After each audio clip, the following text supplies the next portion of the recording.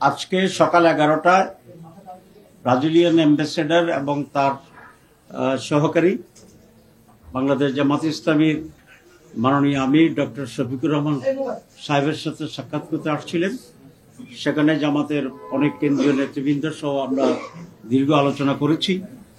আলোচনার অত্যন্ত সাহায্যপূর্ণ ছিল এবং ব্রাজিল বাংলাদেশের ভবিষ্যতের সম্পর্ক উন্নয়ন আরও কীভাবে হতে পারে সে ব্যাপারে বিস্তারিত আলোচনা হয়েছে এবং ব্রাজিল কতগুলো বিষয়ে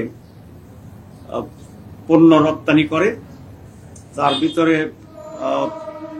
মেইনলি দুগ্ধজাত যে সমস্ত প্রোডাক্ট আছে, কটন আছে, এইসব বিষয়ে তারা বাংলাদেশে আরো কিভাবে এক্সপোর্ট বাড়াতে আলোচনা করেছে। আমরা বলেছি বাংলাদেশ থেকে ফার্মাসিউটিক্যাল প্রোডাক্টস, গার্মেন্টস এ সমস্ত বিষয় ব্রাজিলে যেতে পারে, সেগুলো আরো কিভাবে বেশি করে রপ্তানি করা যায়।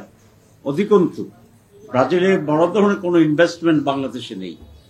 আমরা বলেছি ফলটিতে এবং ফার্মাসিউটিক্যালসে যেগুলো তাদের দরকার, এখানে একটা অ্যাগ্রোবেসড ইন্ডাস্ট্রিতে ব্রাজিল যেন ইনভেস্ট করে বাংলাদেশে, আমরা সে রিকোয়েস্টই করেছি।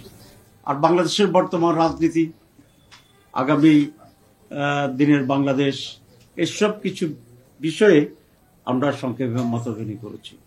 তো আমি আবারও মাননীয় অ্যাম্বাসেডরকে ধন্যবাদ জানাচ্ছি, ওয়েলকাম করছি আমাদের অফিসে আসার জন্যই। আপনারা জানেন বিগত 13.5 বছর এই অফিস বন্ধ ছিল, আমরা আসতে পারিনি এবং সেজন্য বিদেশিরাও এখানে আসতে পারেনি। গত 15 বছর বিদেশিরাও এখানে কথা বলতে পারে নাই বিভিন্ন সংবাদ সম্মেলনের প্রধানমন্ত্রী, সেই দুঃখের কথা উনি আজকে আমাদেরকে বলেছেন।